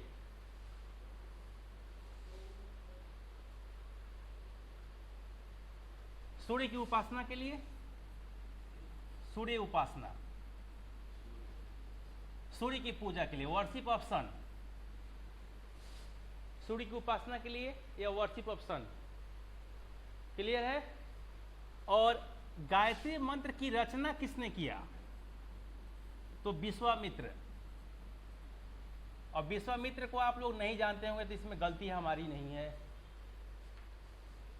नहीं,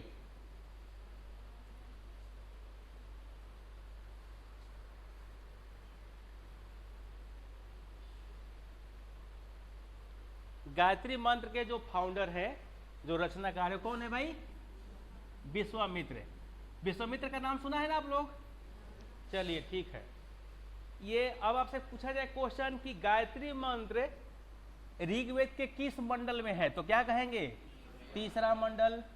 गायत्री मंत्र किसकी पूजा के लिए? सूर्य की उपासना। गायत्री मंत्र की रचना किसने किया? विश्वामित्र। क्लियर है? चलिए, आगे देखिए, अब हम लोग देखेंगे सबसे प्राचीन मंडल कौन है, एंशिएंट मंडल। प्राचीन मंडल कौन है? तो वो है, जो सबसे प्राचीन मंडल है वो है सेकेंड एंड सेवेंथ, दूसरा और सातवां।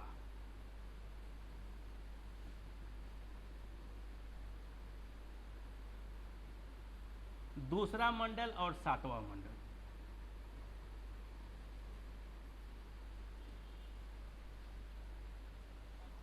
सातवां मंडल। अब आपसे कहा जाए कि सबसे पुराना मंडल कौन है, तो कह लेंगे कौन कौन से, दूसरा और सातवां। चलिए,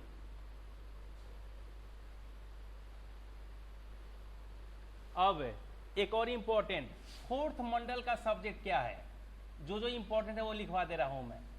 चौथे मंडल, और चौथे मंडल का सब्जेक्ट है एग्रीकल्चर। एग्रीकल्चर का मतलब है कृषि।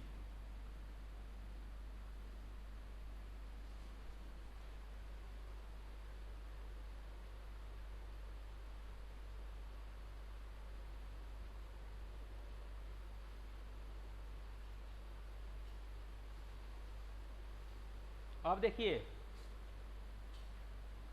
नीचे वाला मिटा दूं।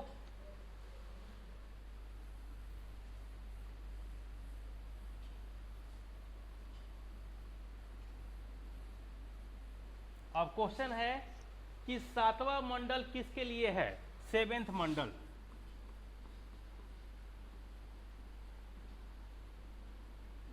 और ये है वरुण, वरुण देवता के लिए।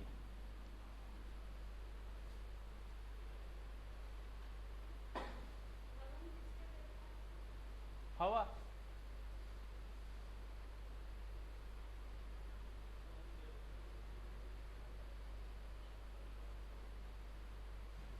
Thank you.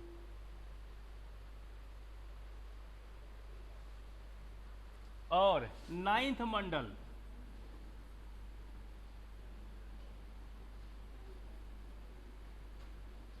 सोम।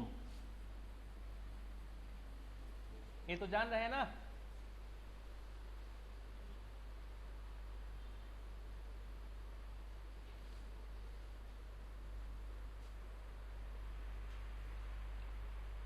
सोम नहीं जान रहे हैं?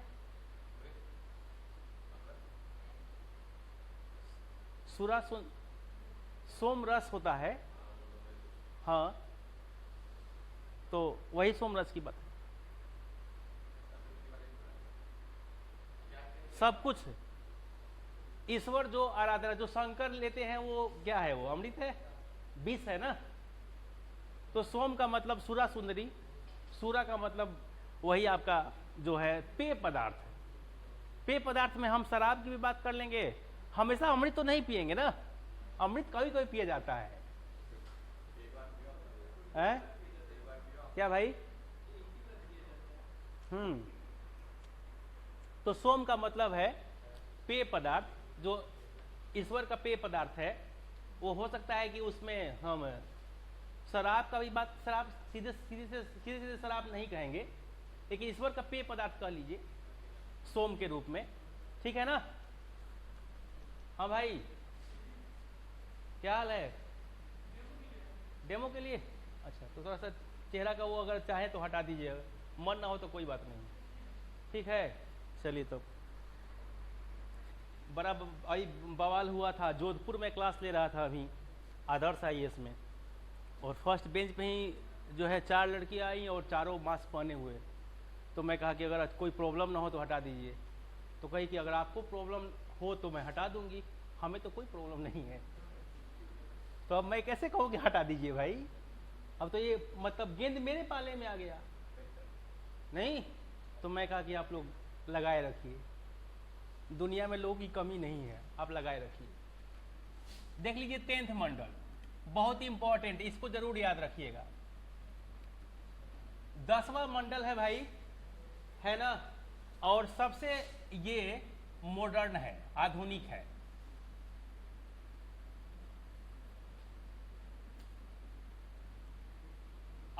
10वां मंडल में बात की गई है पुरुष सूक्त की। पुरुष सूक्त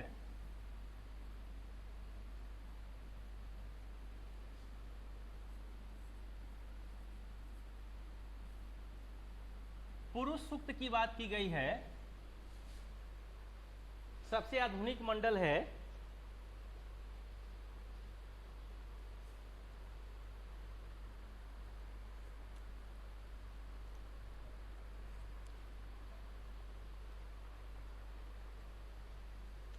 एक व्यक्ति के, जो व्यक्ति हैं पुरुष सूक्त में आधुनिक मानव, इसके अंदर में एक आधुनिक मानव की परिकल्पना की गई है।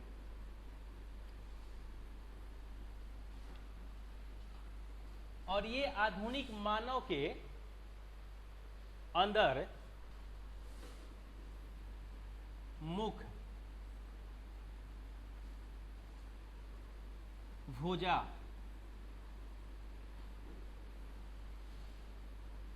जंघा और पैर,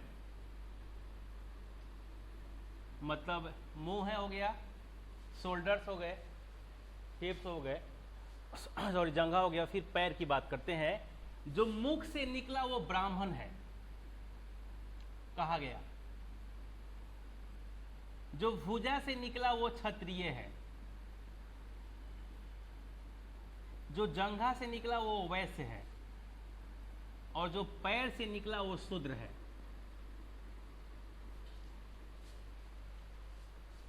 ऋग्वेद के 10वें मंडल की बात कर रहे हैं। 10वें मंडल में आधुनिक मानव के जो मुख से निकला वह क्या है भाई? ब्राह्मण। जो भुजाओं से निकला वह क्षत्रिय, जो जंघा से निकला वह वैश्य, और जो पैर से निकला वह शूद्र।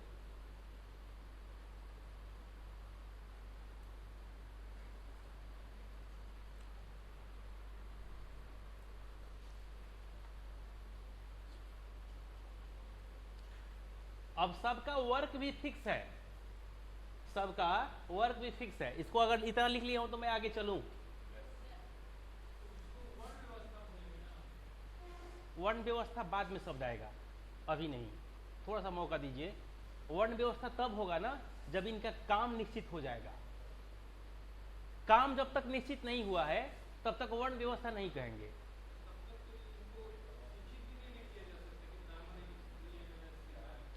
बस यहां तुरंत मिलने वाला है आगे। जब हम वर्ग की डिफाइन कर लेंगे तब ये वर्ण व्यवस्था का रूप हो जाएगा। ठीक है ना? आ जाइए, ये हो गए यहां टाइप्स।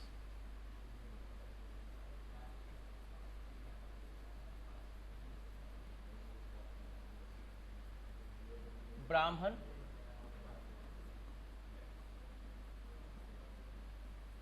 क्षत्रिय, वैश्य और शूद्र। और फिर यहां पे वर्ग हो जाएगा। ब्राह्मण का 2 वर्ग है, ये तो शिक्षक होंगे,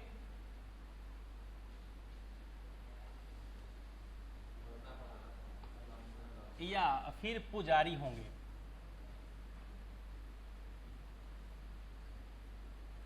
पूजा पाठ कराएंगे। क्षत्रिय राजा होंगे या एडमिनिस्ट्रेटर होंगे।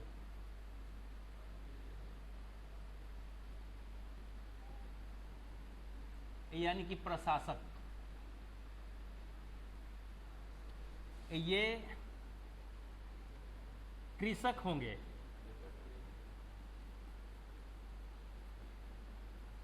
फार्मर या बिजनेसमैन। यानी कि व्यापारी होंगे या कृषक। और शूद्र जो है वर्कर, स्लेव एंड आर्टिसंस।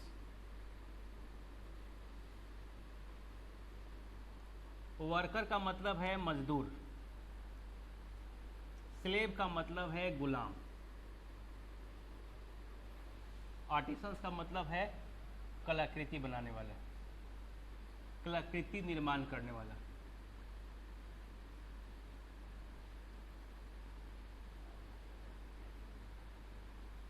चलिए इसको तेजी से लिखिए और फिर यहां से व्यक्ति के जन्म के आधार पर उसके काम तय कर दिए गए।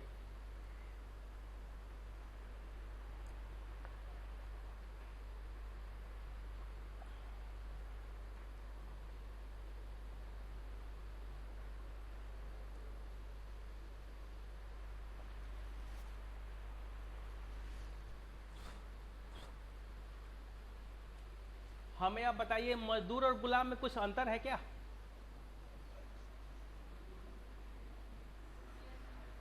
कौन बताएगा भाई?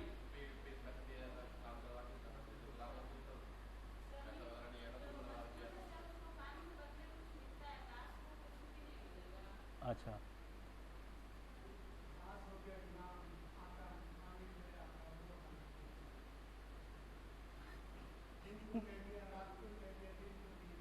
सर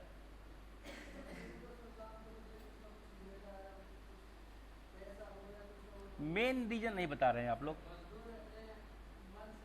बस मजदूर स्वतंत्र होगा, गुलाम स्वतंत्र नहीं होगा।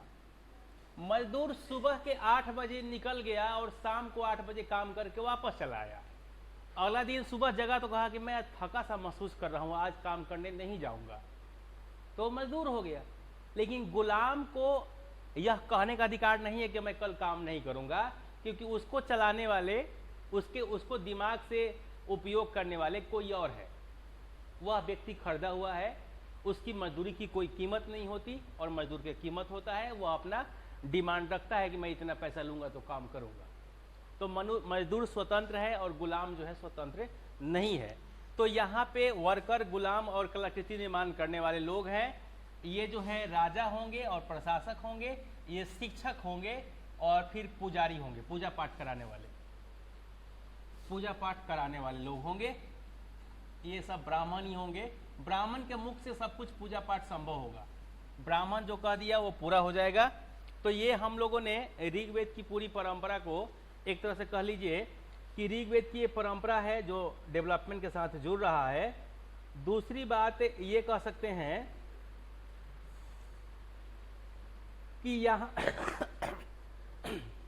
यहाँ 3 तरह के यज्ञ की बात भी हम करेंगे। राजसूय यज्ञ, वाजपेय यज्ञ और अश्वमेध यज्ञ। तीनों यज्ञ के बारे में सुना होगा आप लोगों ने। राजसूय यज्ञ का मतलब है जब व्यक्ति को राज्याभिषेक कराया जाता है, पहली बार राजा बनता है, तो राज्याभिषेक के समय जो यज्ञ होगा राजसूय यज्ञ होगा, है ना। अब वाजपेय और अश्वमेध यज्ञ क्या है भाई? जब अपना क्षेत्र का विस्तार करना तो अश्वमेध यज्ञ कराते हैं, और जब अपनी पावर, शक्ति को दिखानी हो तो वाजपेय यज्ञ कराते हैं। ठीक है, तो 3 तरह के यज्ञ की बात करेंगे।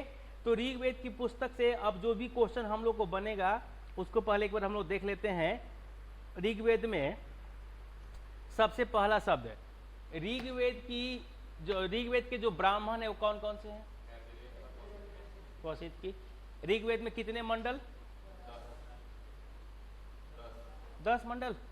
ऋग्वेद में कितने सूक्त? 1028। ऋग्वेद को कितने भागों में बांटा गया? 10 भागों में। 10वें मंडल का विषय क्या है? तीसरे मंडल का विषय क्या है? गायत्री मंत्र। गायत्री मंत्र की रचना किसने किया? विश्वामित्र। गायत्री मंत्र किसी को याद भी है? बताइए, आप ही बताइए, यही बता लीजिए आप।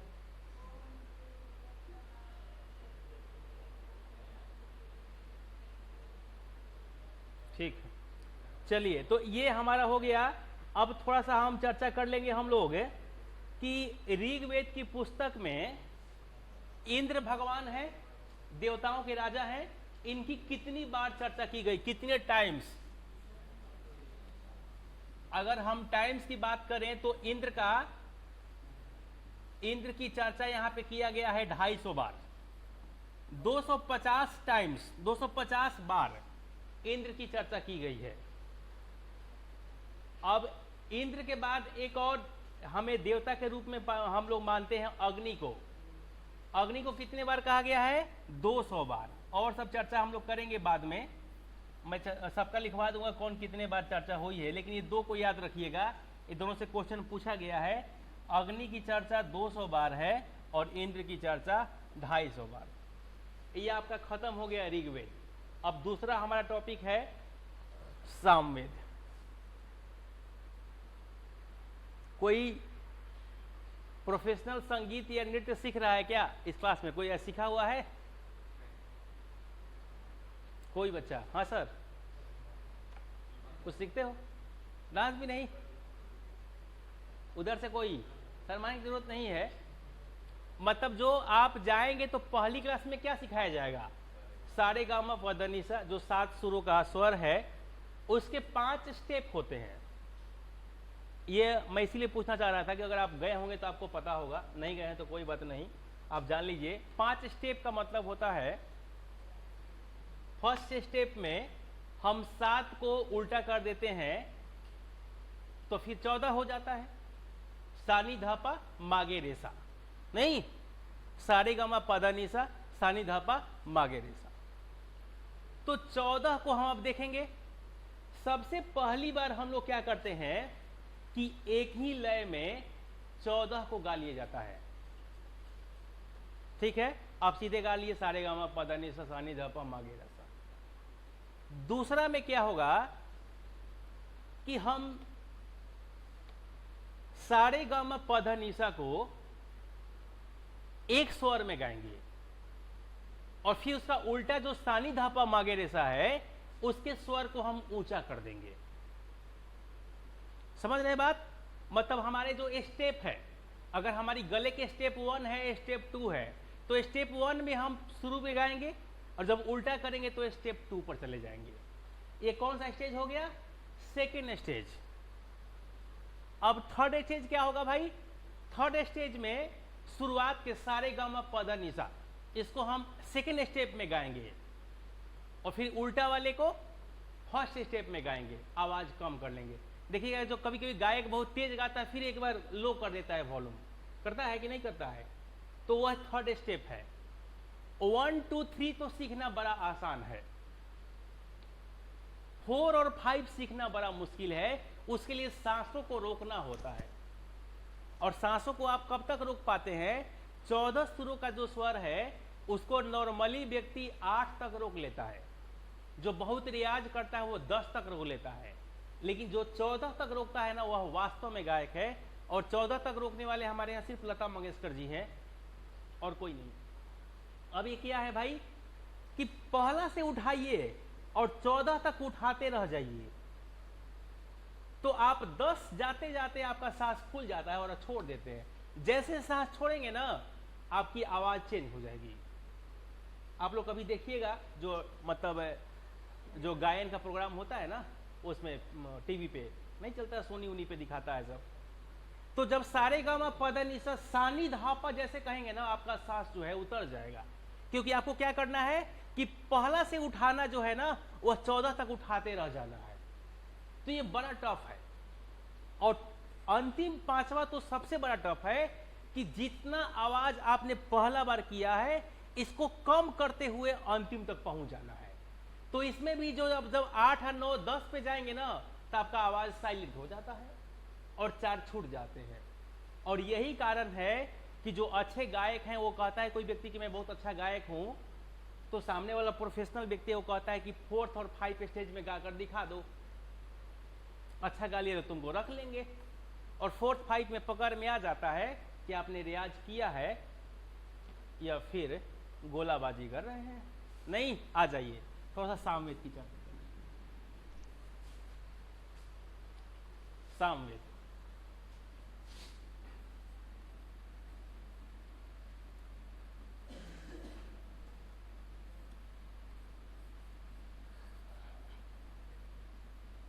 क्यों? टाइम हो गया है क्या? सर भी आने वाले हैं, आने वाले होंगे।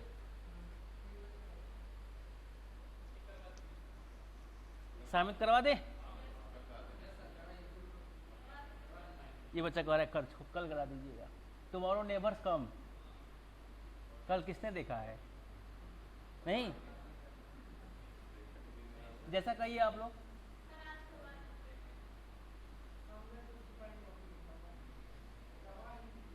करवा ही दें। आइए, छोटा सा है, पोएट्री फॉन्ट में है। सबसे पहले तो जान लीजिए, कविता की शैली में।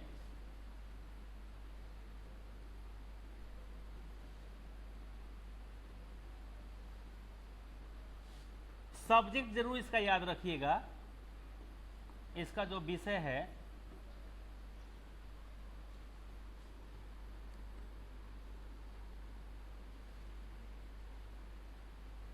The importance of Indian music.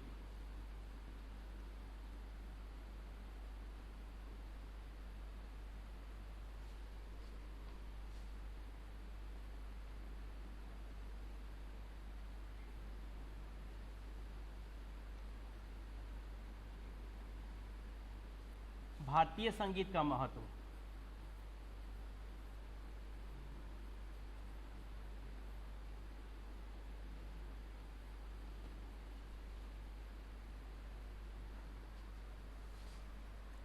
इसके जो ब्राह्मण हैं,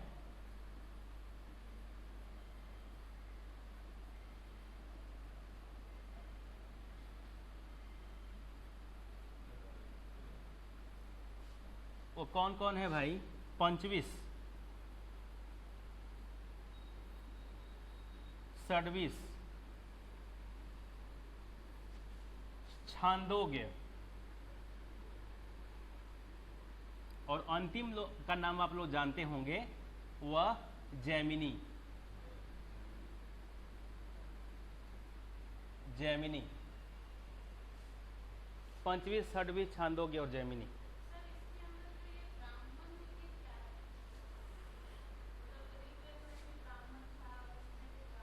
जो ये ग्रंथ जिसके नाम से उद्घाटित है, जिनकी इसमें महत्वपूर्ण योगदान है, उनको ब्राह्मण कह लेते हैं हम। ऑथर और रचयिता न कह के ब्राह्मण कह लेते हैं।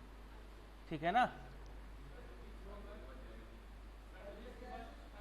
छांदोग्य, छांदोग्य मैं लिख दे रहा हूं हिंदी में भी, सॉरी।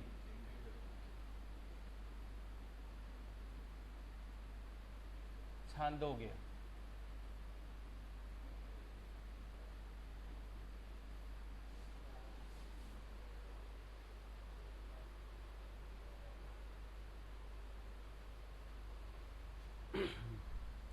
इसमें छंद है।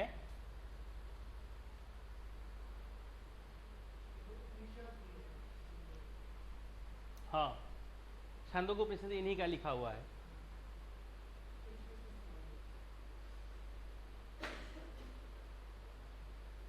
मिटा दे इसे, हो गया। अब इसमें देखते हैं कितने वर्सेज हैं।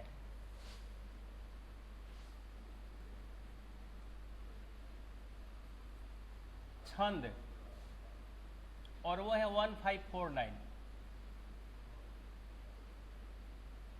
अब ये छंद क्या होता है भाई? आप लोग रस छंद अलंकार पढ़े हैं क्या? छंद का मतलब जैसे हम लोग कहते हैं ना, दोहा, सोठा, गीतिका, हरि गीतिका, उलाला, सुना है बचपन में आप लोग? रोला। तो ये सब छंद है, जो गायन की शैली है।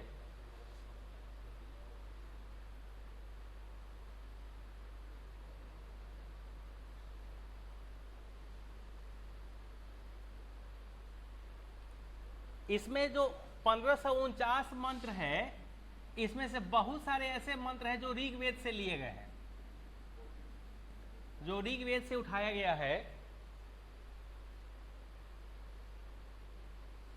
भारतीय संगीत का महत्व है, और उसकी जो शुरुआत है, संगीत की जो हमारे पास है, म्यूजिक की जो स्टार्टिंग है, उसकी बात करें तो वो शब्द है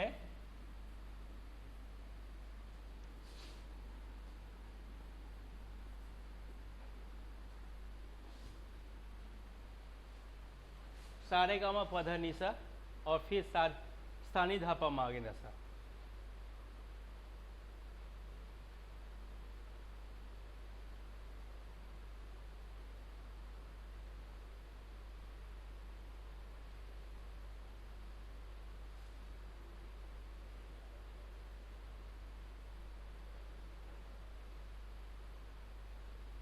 और ये जो संगीत गाने वाले लोग हैं, जो संगीत गायन करते हैं, यह गायन करने वाले लोग को उद्गाता कहा गया। उद्गाता कहा गया।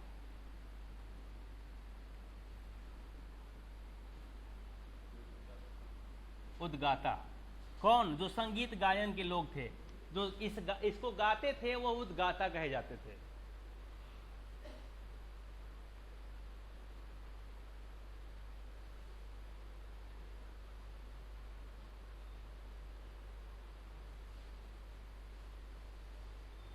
संगीत जीवन का आधार है।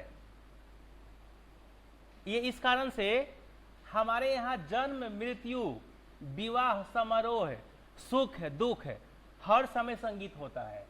नहीं तो संगीत जीवन का आधार है, और संगीत के बिना जीवन नश्वर है या मृत्यु के समान है, या जो है पशु के समान है। इस बात को स्वयं विवेकानंद जैसे लोगों ने भी कहा है। संगीत से ही पता चल जाता है व्यक्ति की सोच। जैसे सोचिए कोई हर रोज सुनता हो याद याद याद, बस याद रह जाती है, तो इसका मतलब क्या है कि कहीं ना कहीं खसका हुआ है बच्चा। नहीं भाई, आप जो है, अब तो जमाना बदल गया, अब तो मोबाइल पे भी हम लोग जो यूट्यूब पे सब कुछ सुनते हैं, लेकिन आज से 15 साल 20 साल पहले किसी घर के लाइब्रेरी में जाएंगे, जिस घर में मतलब जो गेस्ट रूम होगा, तो वहाँ मुकेश के गाने के कैसेट रखे रहेंगे, जगजीत सिंह का लिखा रहेगा चिट्ठी ना कोई संदेश। नहीं तो समझ में आ जाएगा, अच्छा मुकेश को सुनता है, लग रहा है कि लाइफ बड़ा ही बेकरारी से गुजरी हुई है। लेकिन कोई सुना है कि भाई किशोर कुमार को सुन रहा है, अरे तो मस्त आदमी है भाई, तो कुछ लेता ही नहीं, मतलब रिस्क नहीं लेता। जो हो रहा है होने दीजिए, जो होगा वो भी अच्छा होगा, जो हो रहा है वो भी अच्छा हो रहा है, और जो हो गया वो भी अच्छा था। तो मदमस्त आदमी है। तो व्यक्ति का संगीत से आधार लगा लेते हैं। जैसे सोचिए कोई व्यक्ति बिल्कुल हार्ड म्यूजिक सुनता है, संगीत की म्यूजिक जो है वो बहुत ही मतलब तेज आवाज में सुन रहा है, इसका मतलब क्या है कि वो अंदर से खाली है ना। कोई व्यक्ति जो है वो सुबह के समय, शाम के समय जो है ऐसी लागी लगन मेरा हो गई मगन, तो क्या कहेंगे हम कि उम्र के साथ नहीं है, उम्र है अकेले रहने का, और कहता है ऐसी लागी लगन मेरा हो गई मगन। तो जो पिताजी कर रहे हैं, जैसे सोचिए कि एफबी पर आपके फ्रेंड, आपके पिताजी भी हो और दादाजी भी हो, तो फिर आप गोवा जाएंगे तो बीच वाली फोटो नहीं डाल पाएंगे, और गोवा की बीच वाली फोटो डाल भी दिए तो दादाजी क्या कमेंट करेंगे भाई? वो थोड़े कहेंगे कि नहीं भाई जो तुम कर रहे हो ये असम है। अगर दादाजी ऐसा कह रहे हैं और आपकी उम्र 20 है और गोवा में अकेले तो जाएंगे नहीं, तो या तो इस फोटो को छुपा लीजिए, या फिर दादाजी अगर फेसबुक रिक्वेस्ट देते हैं तो अनएक्सेप्ट कर दीजिए, है ना। तो कहने का मतलब क्या है कि संगीत हमें सिखाता है कि हमारी लाइफ कैसी है, कैसा सोच है। सोचिए कि आप जो है हमेशा जो है आप हरियाणवी सुन रहे हैं, आप राजस्थानी सुन रहे हैं, आप भोजपुरी सुन रहे हैं, फोक म्यूजिक सुन रहे हैं, तो ये लगता है कि नहीं आप जो है अपने जमीन से जुड़े हुए हैं, है ना। लेकिन पता लगा कि आप रह रहे हैं इंडिया के दिल्ली में नहीं, किसी छोटे से गांव में, किसी जिला मुख्यालय पे, और सुन रहे हैं शकीरा को, तो क्या कहा जाएगा है कि हम तो डूबेंगे सनम तुम्हें बिके हैं, कि इसका भी कहानी खत्म है। नहीं तो यही चीजें हैं कि आप जैसा म्यूजिक, जैसे आप दिल्ली में हैं, आप भोजपुरी सुन रहे हैं तो सुन रहे हैं, ठीक है, आप जो है हरियाणवी सुन रहे हैं तो सुन रहे हैं, लेकिन आप यहाँ होकर के आप किसी जर्मन म्यूजिक को सुनिए, कहते हैं कि ये तो बिल्कुल अभी लेटेस्ट आया है, तो लोग क्या कहेंगे कि समय के साथ नहीं है, समय से बहुत आगे है।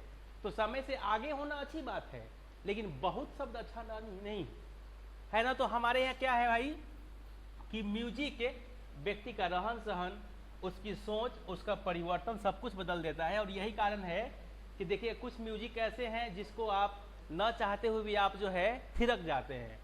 तो ये सब चीज़ों को हम देखेंगे, और हमारा संगीत जीवन का एक बड़ा आधार है।